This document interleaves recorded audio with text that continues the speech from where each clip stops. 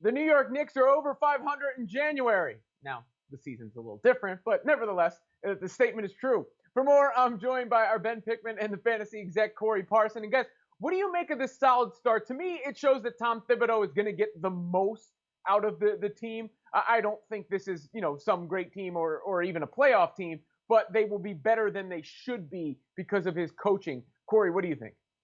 I think it's promising. And you look at a city right now that's yearning for a good basketball team. It's been over 2 decades since there's been good basketball in this city.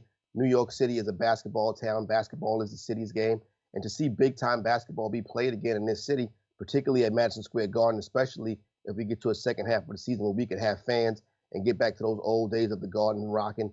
I mean, big-time basketball deserves to be in New York City. This is New York's basketball team. We know what Tom Thibodeau is. He's a culture builder. So the fact that he gets a chance to come in here and build his culture and re-excite the New York City fans toward the sport of basketball, I think is a good thing. It's very promising.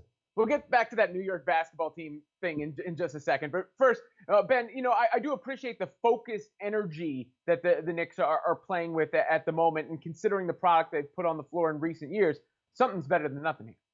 Without a doubt. And a lot of that energy is coming on the defensive end of the floor, where we've seen the Knicks make significant strides from this season compared to last year, right? Currently, the Knicks are number 9 overall in defensive rating, allowing 106.1 points per 100 possessions. That's almost 6 better than they were last season. And on that kind of Tom Thibodeauian effect that the culture and the team is having right now, going along with stellar and improved defense, rather, is high minute loads, right? If we see R.J. Barrett and Julius Randle, they're currently 1-2 in the entire NBA in minutes played per game at over 38 per contest. But here's what I'd ask Knicks fans who are complaining about the minutes load. Would you rather them play 28, 29, 30 minutes and lose, or play 38 minutes and win? That's, I think, a pretty principled question that you'd have to consider this morning. Well, that's why I'm saying the coach is going to get the most out of the team. The question is that kind of minutes load sustainable, and is their talent level enough to sustain their current level of play? But Corey, I know you're a gambling guy, so when it comes to New York basketball, which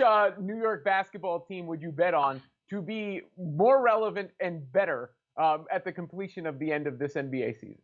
I'm confused because there's one basketball team in New York City. I don't know if you're speaking about the team that played with the red, white, and blue basketball in Nassau County not too long ago, but I don't consider that a New York basketball team. Oh, I didn't know Brooklyn was no longer a part of New York City.